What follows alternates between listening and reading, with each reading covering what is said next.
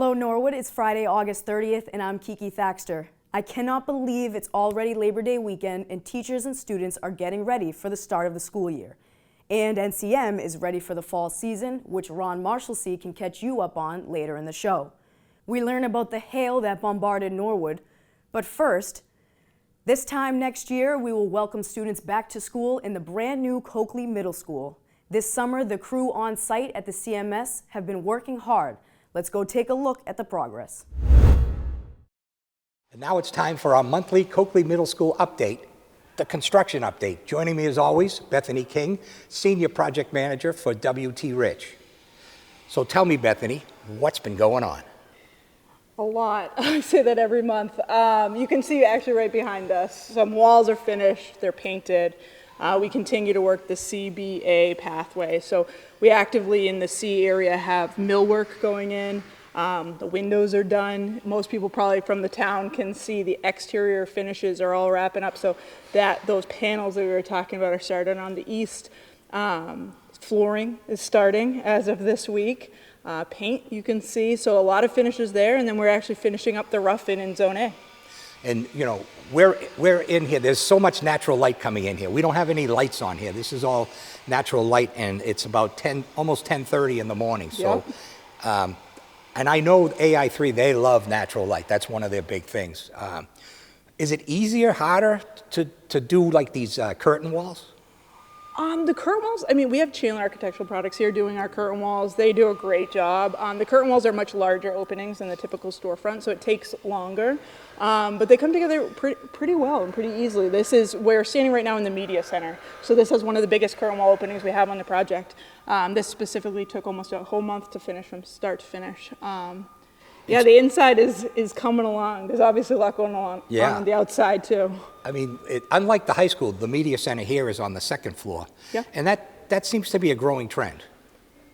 We build it where they design it, but Good yeah, answer. sure. Good answer. So, I mean, you said a lot has been done. I drove by here a week ago, and the parking lots were like sand or dirt. Yep. So, how much have we progressed, and are we ready? We're ready. Today is August 28th. I don't know if we're allowed to say that in the film, but it's first day of teachers today. So they arrived today. That was a big push we had here. Quigley was our site contractor.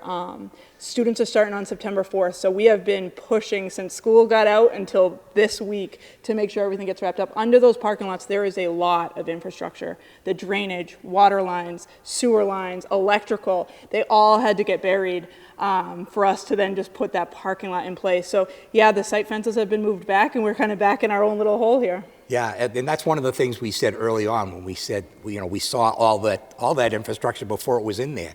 And, it's sad that it gets covered because so much work just got covered over by tar. Yep, but it's in there, it's good. It was a big push and a huge milestone for the project. So there are some areas out there that need some finished landscaping, some of the islands in the parking area. It's just a temporary pavement right now that we'll do a top coat in next year when we turn it over to the town permanently. But for now, it gives it to the town for the whole school year. So.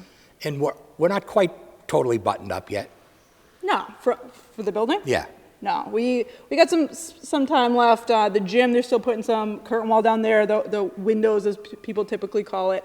A lot of the brick is going in. That should be finishing up this month.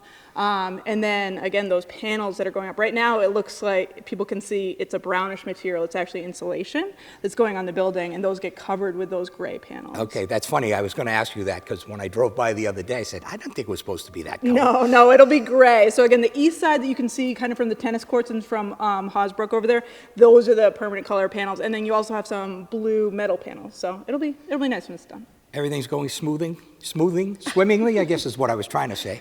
Yes, I mean, knock on wood, as swimmingly as a construction project can be, right? We always have hiccups, but yeah, the project team's coming together well here. We have a lot of great subcontractors, great project team here between Vertex, the town, and WT Rich, and AI3, the design team has been great. So yeah, everything, knock on wood. We got another year left to turn this building over to the town, but yeah, everything's been going according to plan. Thanks, Bethany. As always, your reports are fantastic. We'll be back with Luke Apone from Vertex, and he's going to tell us what's upcoming, but most importantly, how's it going to work opening day? as promised, I'm with Luca Pone, and here we are to talk about what's upcoming first, and then we'll talk about opening day. You got it. So as we'll continue with what's happening construction-wise, not a ton of new activities in the next month. The biggest one we'll see is some flooring start to pick up.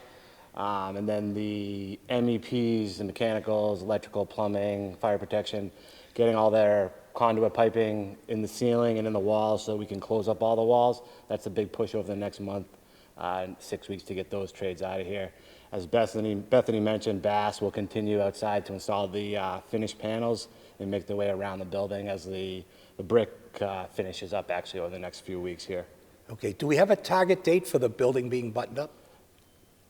As far as finishes, and I'd say No, just enclosed, the whole building. building enclosed, well, right now we're temporarily enclosed. As far Okay. as permanently enclosed, I'd say sometime in the late October, early November. Okay. Trying to beat the winter, Beat obviously. the winter, definitely, yep. Okay. Yep. All right, so it's opening day of school next Tuesday, I believe. It is, yep. And so much work has been done on the parking lots. Sure. And what's it going to be like for drop-off and pickup? Sure, a lot of work for very little change for the people coming to the school. The drop-off for students and parents will be the same drop-off lane that existed in the previous school year. The traffic patterns, again, will flow the same way. We'll have a drawing that people can see here, but the buses, routes, traffic, bus parking, all that is the same. We've been reviewing the parking lots with school and town leadership over the last few days to make sure everybody's comfortable with it. As Bethany mentioned, a few minor tweaks and some dressing up we'll have to do over the next couple of days, some additional striping and things like that, but everything is in place and will be, when people arrive on day one of school, it'll look like it looks like today. Okay, awesome. All right, anything else? No, I think we've covered it. Okay. Well, we'll be back with more Digest. Last Thursday afternoon, Norwood was hit by a sudden hailstorm. Around 4 o'clock, a rainstorm quickly blew into town, and within minutes, it turned into hail. This was a large hail that came down hard and fast, causing many drivers to pull over and ride it out. There was a report of a truck that was dented and damaged by the impact of the hail. Summer flowers and gardens took a big hit, but this strong weather pattern was over as quickly as it started. To learn more about this hailstorm, we reached out to our resident meteorologist, Joe Delacarpini, from the National Weather Service. Hi, everyone. This is Joe Delacarpini, a meteorologist with the National Weather Service's Boston office and a Norwood resident, here to talk a little bit about the hail that fell in Norwood on August 15th of 2024. Well, there was a lot of hail. Hail actually up to the size of quarters was reported in and around Norwood, and the hail covered the ground in many locations.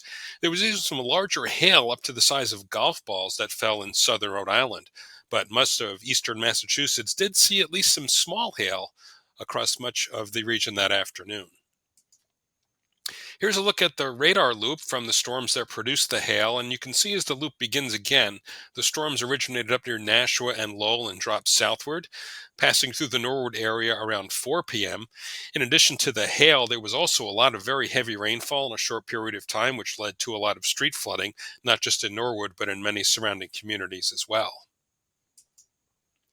So how does hail form? Well, here's a diagram of a thunderstorm. First, we can see that there are raindrops that get kind of sucked up into the storm's updraft. And remember, the updraft of the storm is what leads to kind of the storm's growth. It's the fuel for the storm. Eventually, those raindrops reach a height where the temperature falls below freezing. So that could be tens of thousands of feet up in the air. And when that happens, the rain actually freezes and forms into hailstorms. And this continues to grow as it circulates up and down through the storm. Eventually, those hailstones will get too large and too heavy and will fall out of the storm along with a lot of the rainfall. So that's when you see the hail actually fall to the ground. On the day, August 15th, just to kind of give you an idea of the weather pattern that was in place, this is up at around 18,000 feet, and you can see there's a big area of low pressure kind of over the Canadian Maritimes. And when we have low pressure way up in the atmosphere, it also is reflective of very cold air. So the freezing level was a little bit lower than what it normally would be in the middle of August, and that's one of the ingredients we certainly needed for hail on that day. Now, if we look at the weather map from about 2 o'clock, Not much really happening on the weather map. You see high pressure is over Pennsylvania. There's another area of high pressure over Canada. But there was a very weak front kind of in between that led to the development of the storms. And you can see afternoon temperatures here at 2 p.m. were well into the 80s. It was 86 degrees at Norwood Airport. So remember, very, very warm at the ground level in the 80s and very, very cold aloft. That's a pretty good recipe for thunderstorms. And we'll talk about how that influences hail in just a minute. So looking at our hail formation ingredients, this is a look at some of the energy that was available in the atmosphere. And you can see the storms are starting to develop across the Nashville-Lawrence area, which eventually moved in our region. But this generally tells us that there's a lot of energy available in that layer where hailstorms will form. Remember below freezing. So this is one indication that hail was certainly a possibility. The other is a change of temperature with height, which is the diagram here on the right. And it's showing some pretty good values. This is about 6 to 6.5 degrees Celsius per every kilometer you go up in the atmosphere. And again, that's reflective of the temperatures that were in the 80s that afternoon, along with very cold air up at about 18 to 20,000 feet. So the combination of having enough energy to produce the thunderstorms and a lot of cooling higher up in the atmosphere leads to favorable conditions for hail. Now on the radar, I've kind of stopped it here around 4 o'clock when the storms were producing hail in Norwood. You can see those storms right here, kind of between Westwood and moving into Norwood, even approaching Walpole at that point. On the lower left, you can see some of the storm updrafts. Again, that's the air going up into the storm. That's lofting those raindrops to where the air is below freezing. So there's a pretty broad area with this storm, and that was allowing those hailstones to kind of recirculate, move through the storm over and over again and grow larger and larger.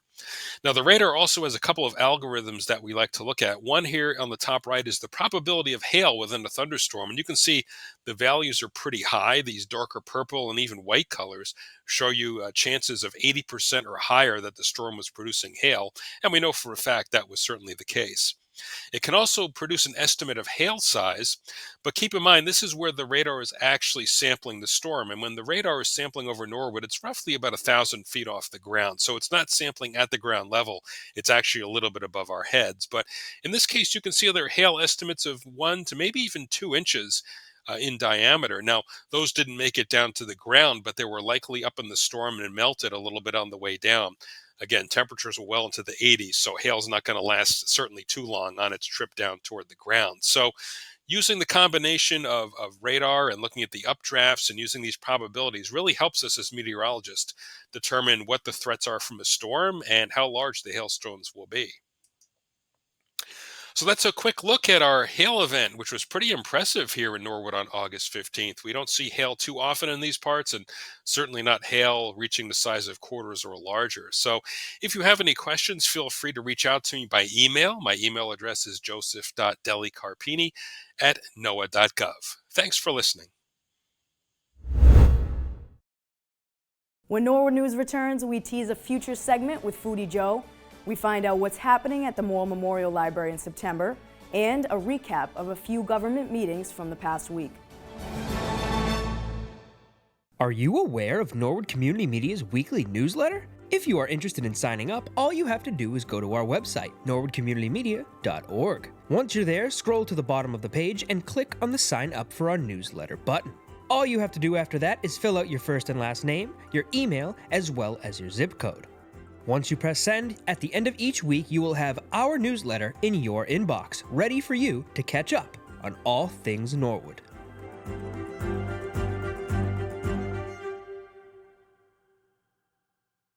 Earlier this year, we cooked up a new segment, Norwood's Foodie Joe. Jack Toman has teamed up with Joe Sleeman to feature some of Joe's favorite food dishes around town. Joe is all about food, and let's go to Mizzouya. Hi everyone, and welcome to the very first episode of Norwood's Foodie Joe. You guessed it, I'm Joe, and I'm here to take you on a delicious journey through the culinary landscape of Norwood, Massachusetts. Today we're starting strong with one of my favorites, Mizzouya. Come on with me and let's eat.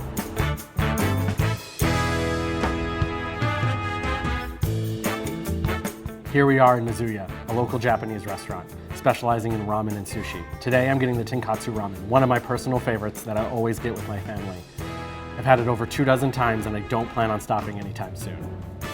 Tonkatsu ramen is made with wheat flour noodles, braised pork, bean sprout, bamboo soup, seaweed like wakame, which is like seaweed, and like scallions, fish cakes.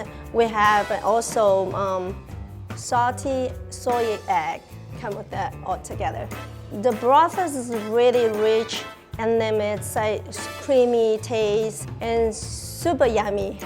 It is really popular. So the most popular in my restaurant, this is our specialty.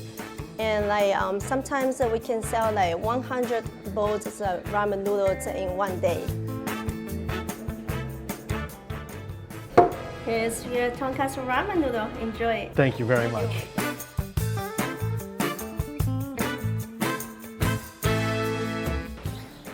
I wish you guys could smell this. It smells fantastic. I always start with the pork belly.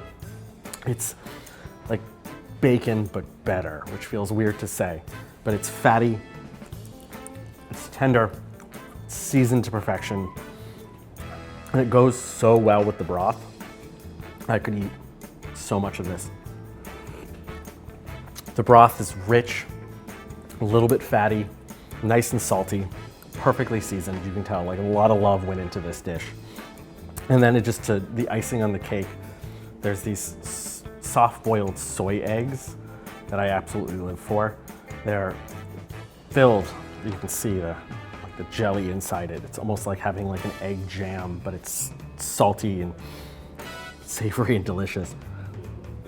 It's kind of one of the reasons I keep coming back. I will absolutely enjoy this entire meal from start to finish without question. This will definitely not be my last bowl for here at Mizuya, right in the heart of downtown Norwood. I look forward to seeing you again on my next culinary adventure. Foodie Joe, signing out.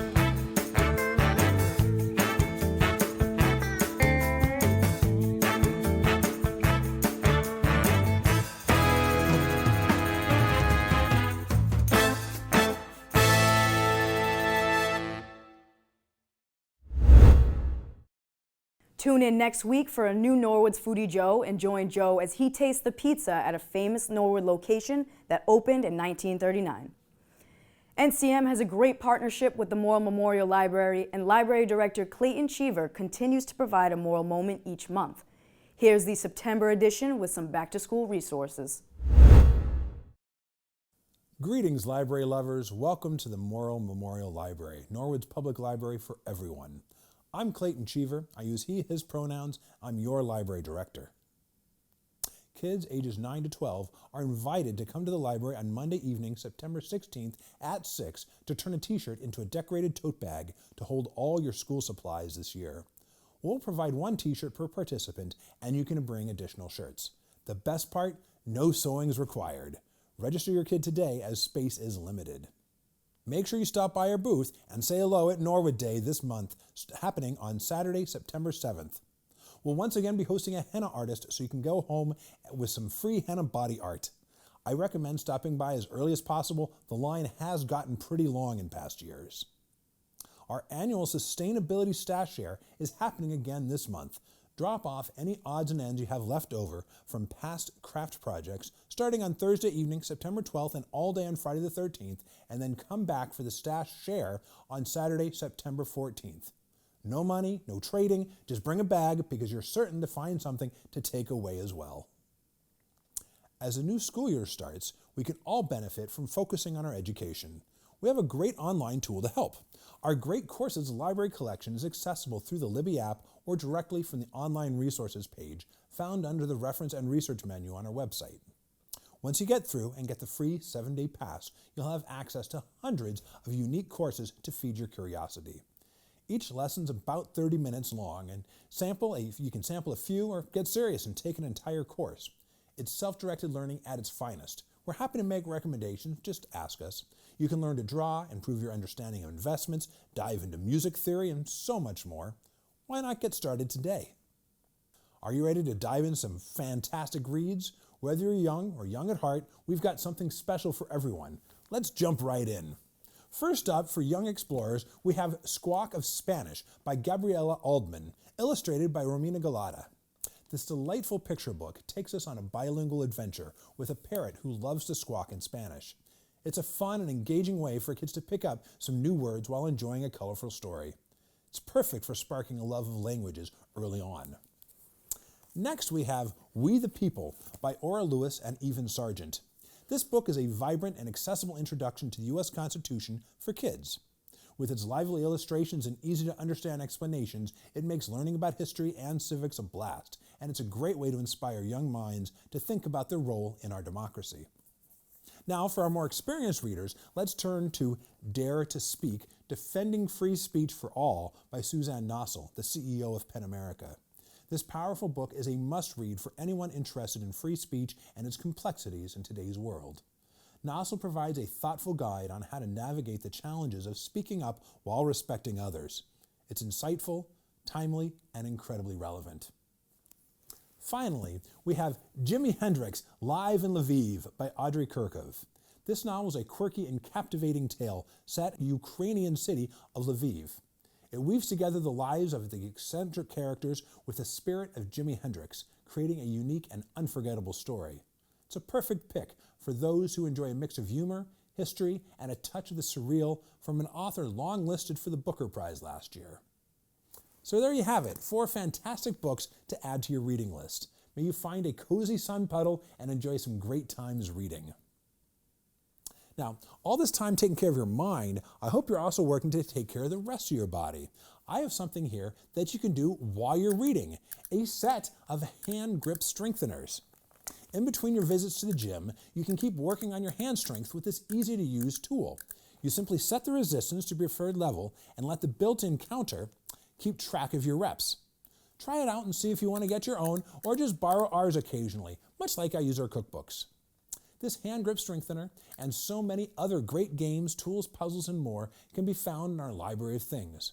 Visit our website and browse our Library of Things from the Books and More menu to see what other treasures we have waiting for you.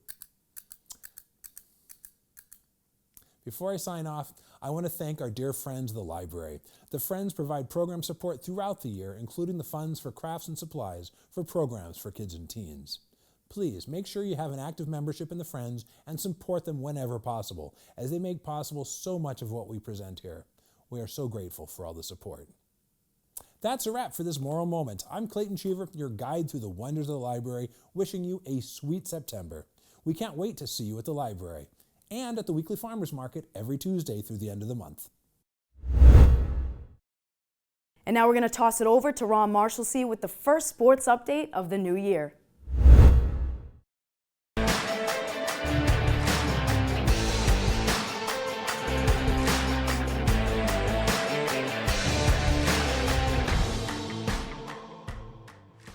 I'm Ron Marshalsea, and this is your sports update. The Mustangs are geared up and ready to start the fall season, with golf already having their first matchup against Dedham this past Wednesday, beating them 235 to 248. The golf team is led by senior captains Frankie Sheehan and Jacob Sheehan. Sophomore Max Conley scored a 37, Frankie Sheehan scored a 38, sophomore Tommy O'Brien 39, and freshman Rocco Sheehan scored a 39. Field hockey kicks off their season next Wednesday at home against Hopkinton at 4:30, and volleyball starts the same day, also at home, and also against Hopkinton at 5:15. Boys soccer begins their season on Tuesday the 3rd at 4:30 when they host Hopkinton. Girls soccer will start on the same day at Hopkinton at 4:45. Cross country will be in Holliston to start their season off. Both the boys and girls will be running on the 11th at 4:30. NCM's first live broadcast of the new school year is next Friday, September 6th for football versus Stoughton. Kickoff at 6 o'clock. And don't forget to tune in early for a brand new NHS TV pregame live right before the game, hosted by Brian Gagliard and Anthony Canidi. The fall teams lined up for Media Day on Thursday afternoon to capture some moments that will live in their yearbooks for the rest of their lives. NCM was there to record a few of these moments as team after team got their pictures taken.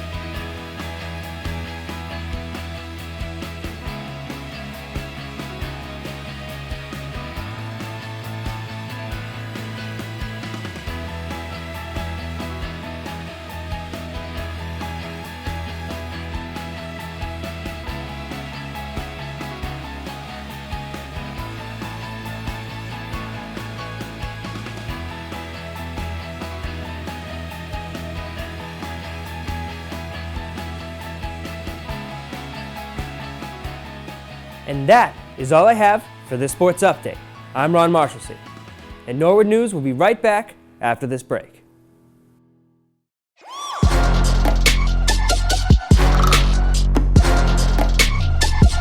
Norwood Community Media is thrilled for the fall sports season to be back in action.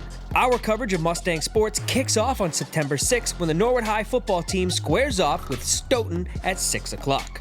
Only on the NCM Community Channel. If you missed the game or just want to rewatch it, just head to norwoodcommunitymedia.org and look under Community on Demand. New Superintendent of Schools Tim Luff highlighted his entry plan at the Wednesday night school committee meeting. But you'll see the entry plan here itself. It really goes through an introduction of myself and the values that I have and that I will always lead with. It then goes through the actual purpose of the entry plan, which obviously is to ease my transition into the role, data collection and analysis. Here are some of the data that I will be kind of going through: the contracts, the policy manual, the strategic plan, the MOAs, the MOUs, the budget, capital outlay, financial audits, and more and more and more. You'll see there's a significant amount of data review there. If there are items that are not on this list that you can think of, please let me know what those might be, what I missed, and say, hey, Tim, you really should look at this document too, because it's something that will really help you understand the district more. Significant component of this is stakeholder engagement, and there's numerous groups of incredible constituents in town, so I want to make sure that I focus my efforts to ensure that I'm interviewing everyone that I can. You'll see the specific focus questions that I ask, and if you've already had the opportunity to interview with me, I ask the questions, what are the strengths of the Norwood Public Schools? What are those items that should not be changed by me as I step in, and if it's a more informal meeting, it's kind of a, what shouldn't Tim touch kind of a thing. What are the areas that I should be considering upon entry? So there's areas of focus, those areas of need. And then finally, depending on who it is, if it's the staff, I say what's one thing, if accomplished by me at the end of the year, would blow your mind. And if it's, it's somebody in the community, it might say what would something that would be considered a great success in your mind that could be accomplished in year one. The school committee will meet again on September 11th. 259 Lenox Street was the only agenda item at the planning board meeting Monday night. The project is a proposed 145-unit, 5-story complex that would be built at the current Savagran property. The meeting drew quite a crowd, with several residents voicing their opinion and concerns with the project. This would be the first project under the MBTA 3A zoning, which was voted on and approved by town meeting this past spring. This particular project would have 20% affordable units, or about 29 units. Board members Debbie Homewood and Ernie Petrikowski explained to the public why this project was going to be approved. This isn't something the planning board has any say in at all. This came down from on high. The director, and they put together groups. This came down from the state. Milton is, as far as I know, the only one that has fought it. But when you say the planning board should protect the name, we have nothing to say about this. We have 4 little items that we can vote on, and that's it. And the extra floor, which again gave them more density. I don't love it. I'm torn. I know I have been incredibly vocal for 20 years about how we've got over our 50%, we take the hit, Westwood doesn't, Wellesley doesn't, but we have no say in this. This is a done deal from the state. And they didn't get any pushback down in the giant halls of downtown, or of Boston, no pushback, and that we have, so to say the planning board should protect the neighborhood, we have no say in it. Mr. Petrikowski, please. Just clarify just my thoughts on what Ms. Homewood just said. I'm not quite sure I 100% agree with her. Just on the stormwater, what's there now is a flat piece of tar with a building with basically no stormwater system. Every piece of rain that hits that parking lot or building right now goes right into the municipal stormwater system. So what is proposed is a tremendous improvement on that, which will reduce the amount of stormwater that gets into the municipal system. And that's the reason that why just so we're clear, the town wrote the bylaw which wrote the provision for these bonuses, not the state. The town. We did this we wrote the bylaw, it went to town meeting. Town meeting passed it by a wide margin. So yes, at this point, we don't have any control because, in my opinion, they have met the bylaw. Correct. Which we wrote, not the state. The state, yes, sent down the mandate on the 3A, I get that, but with the town, each town writes their own bylaw. We wrote ours, town meeting gave it a wide approval. Well, which in my opinion, I can't see how we can deny the 5th floor because the bylaw, which town meeting approved, put a provision in there for this. And unless they don't meet the bylaw, they've met the bylaw. If you deny it, on what grounds? I'm not saying you deny it. Right, I'm not arguing that, yes. They have met the bylaw, so to Mr. Sad's point, protecting the neighborhood, the bylaw says that you can have a 5th floor if you do certain things. In my opinion, this applicant has done those certain things. So they've met the bylaw. So the time, all the discussions we had in the 2 years of meetings on the 3A was when all of this was discussed and kicked around, and building heights, things like that were all discussed. The bylaw was written, went to town meeting, and was passed. So if an applicant meets the bylaw, I'm agree, kind Mr. of Petrikowski. where we're at. It wasn't the state, the town wrote the bylaw.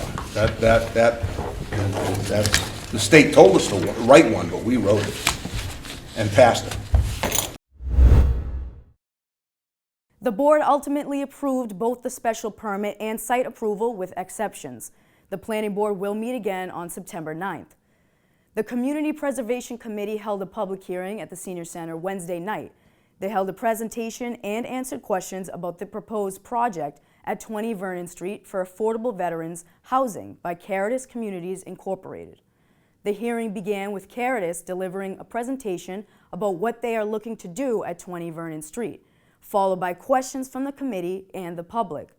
Some members of Norwood community were in support of the project.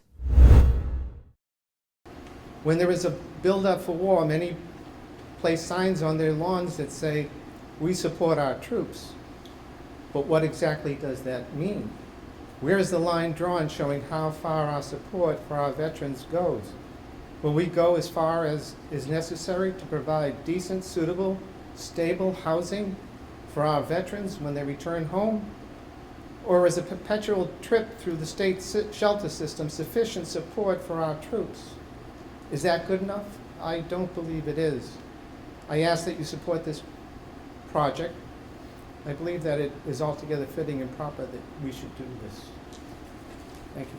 Some community members had pressing questions for Caritas and the committee, while others do not feel the cost of this project is justified.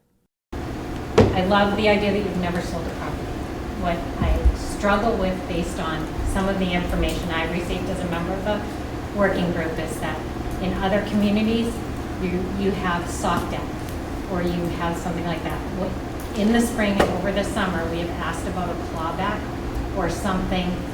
I know you've never sold a property, but by your own admission here tonight, you've grown quite a bit. When I look at your 990, all I had was 22. There was a decrease in contributions, your net assets decreased more. And I understand you're taking on more debt because you're doing more work. I understand all of that, but a decrease in contributions makes me nervous. There's a lot of great nonprofits out there doing great work. So this is why I'm asking that question, because I hope you never have to sell a property, but we all know things can change. From a financial perspective, some protection so that it doesn't get sold in 5 years and I know you don't anticipate doing that.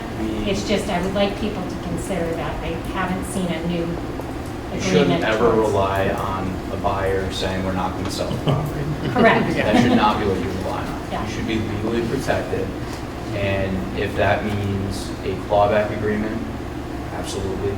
If that means a security interest in the property via soft debt instrument, 100%. Many of our properties have soft debt. Some of our properties have grants that have clawback agreements. I would support a lesser amount because I'd like to see the project happen. I would like to see a bank or private donation partner. I would like to see partners. There should be partners. You know, the Blue Hills region, it doesn't work like the Blue Hills Regional Vocational School tuition, right? This is where you wish it could, although I did see CPA partnerships. The Cape Cod and the Islands has one. You should sit and read about it. But Blue Hills Regional, to fund students from the 9 or 10 member towns, each town, how many members you understand what I'm talking, each town has to approve a certain portion of the budget to fund that. You can't do that with this. We can't say, gee, Walpole, would you give us 100 from your CPA? Gee, Westwood, would you give us 100 from your? You can't do that. It's not right. That's the problem with this request. We should not have to do this, and it doesn't meet our housing goals. I printed it. I can show it to you. Way down here for veterans. What money will we have to pay to extend our deed restrictions, to rehab our apartments and our own housing? Charity begins at home too. Agreed. Don't forget us. Okay. We can do it both. They can get another partner. They're good folks. They're big business. They know how to do it. Thanks, Tony. I really appreciate it. Okay. Your issue is the level of funding that CPC has or is entertaining. So I want to start out by saying that the town is not purchasing the property. So we are providing this funding for the project, but the town is not purchasing the property. No, I understand that. Okay, but you said that. Okay, so we're not purchasing the process. So I just want to sort of set the record straight. Secondly, you know, I'll want to turn it over to Caritas afterwards to talk about some additional funding that's coming into this project, because it's not only Town of Norwood funding, there's some state funding coming into that, so I'll let them get to that. The other thing I'd like to talk about is our budget, just sort of high level. So currently, we have about $2.6 million in the budget, and the projected revenue this year is about $900,000. And the approved projects that went to town meeting earlier is about $700,000. So before this project, we have a balance of $2.8 million in the CPC. And I agree with you, there's not a lot of money in the housing category, but there is a lot of money in the unrestricted. So, you know, the committee felt like we had the ability to fund this. It was not a majority, but the majority did feel like we had the ability to fund it, and we're not going to deplete the CPA funds so that we could not do other things. The other thing that I'll just say from context is, you know, the CPA allows us to grant fundings in the areas of community housing, open space, and historical resources.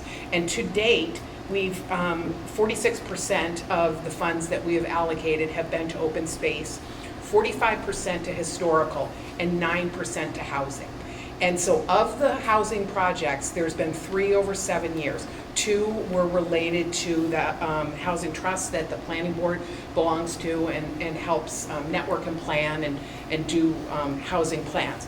And the third project was at, correct me if I'm wrong, but it was a housing site, and we did some siding and some windows. And just by way of information, to date, we haven't received any other project applications related to housing. The CPC just wanted to get all the information out to the members of the Norwood community so that they can make as informed a decision as possible at town meeting. The CPC will meet again on September 4th. In our newest Living Local segment, we get to know a family-run construction business, Mazzoni Construction. Mazzoni is a family-owned construction company that has been in the business for over 20 years and is now based in Norwood. Mazzoni Construction prides itself in the excellent services provided to local homeowners with professionalism, communication skills, and their attention to detail.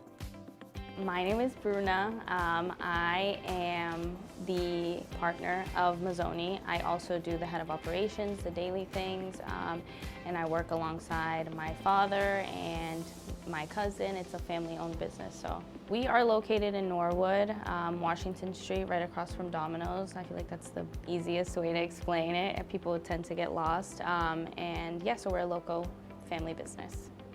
Head of Operations and NHS Class of 2016 graduate Bruna Dos Santos describes how she got into the business and the importance behind the Mazzoni name. I started working here, I want to say, right after high school. I feel like I stayed 1 year in college, and then I saw that I had the potential of doing something for my family, not just for myself. And so I started working with him as a secretary, worked my way up, and now I'm here as his partner and also head of operations. So I do the daily things, everything that has to do with the back office is on me and my cousin Gabriella. So we're here. So we are a Brazilian family, also Italian, so that's where Mazzoni comes from. It's actually all of our cousins' first generation middle name.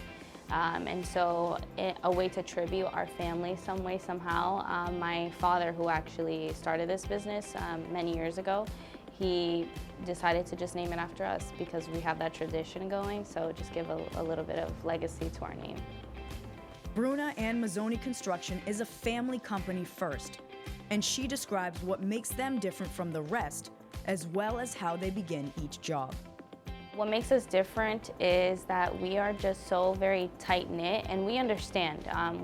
Because we're such a local business and we're so family-oriented, we understand that, you know, things take time. Some people, they have an idea in their head and they just can't seem to find the words or the right design. And I feel like something that makes us very different is that we have that ability to bring someone's design in real life, something that they didn't even know they wanted. And I feel like because we're so personable that we understand, like, there's a lot of things that can happen, and we just try to get to the outcome as swiftly as possible. Obviously with construction, a lot of things are unplanned and very hard to, you know, decipher, but yeah, I think what makes us different is we're just personable. We're very small, we're very understanding. So our process of building with a project begins before we even take the permit, I should say. So we like to assess every project very carefully. And we do this thing that we call a book, which is basically we just have all the information for a client, and not a lot of construction companies do that. So if you were to hire somebody to do a small bathroom, we take that initiative to put the little details in, even if it's something very small and very quick. So I think that also makes us different in terms of project building. So I enjoy mostly about working in the business is just having the ability to work with my family. I want to say that, you know, sometimes it's people's weaknesses, but for me it's something that's exciting to be with my family all the time. Obviously there are ups and downs, nothing's ever perfect at all, but it's fun knowing that we're doing this together as a family rather than just doing it for someone else's family, you know? So I enjoyed that, but the aspect of construction itself, I take a lot of pride in the work that we do, which is why we post there a lot, which is why, you know, on Facebook, especially on Norwood now, you know, when someone's like, hey, do you guys have any recommendations? Not only just like all of our family go and say, Mazzoni Construction, but it's also like seeing someone else refer us, like someone that's not family tied. I take pride in that because I know that what we're doing is so foundational, it's something that someone can look back and, you know, say like, oh, I did this. Like, especially driving by a house and knowing that, hey, like we had our little touch there, it's exciting. And also knowing that we help people re-fall in love with their house, that sometimes people just like don't, and so when they get renovation, they're like, no, I love this again. And so it's fun. It's an exciting journey. Even in the mistakes, it's exciting. Doing business in Norwood, so we don't specialize in this area. We're from this area, but it's not our specialty.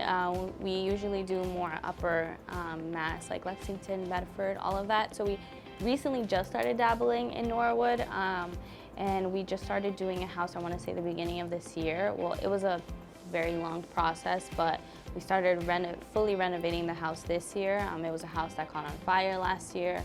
And so that kind of, helped us dip our toes in the water. But everybody from Norwood is very tight-knit, and it's something that we can relate to because we're so family-oriented. And when I moved here, I want to say 13-ish years ago, almost 14 years ago, I wasn't sure if I was going to fit in, and I feel like even being a new business here, it's the same thing as going to a school. It's like you're not sure if you're going to fit in, but everybody's has welcomed us with open arms, and especially now since we have the office here, everybody's interested, always asking, coming by, say hi, so I like it, it's nice.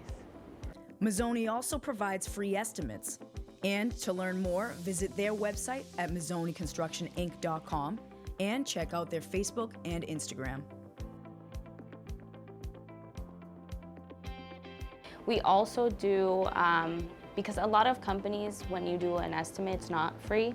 And so we always like to tell everybody when we call or when they call us, hey, no obligation, free estimate, even if it's just to talk ideas. Because one thing, again, of difference that we have is my dad's brain. As I like to say, he's very knowledgeable, and because of that knowledge, even just talking to him, you can have an idea in your head, and he's like, well, what if we do it this way? And they're like, yes, why didn't I even think of that? So it's stuff like that that I like to push out and let people know that we're here, so.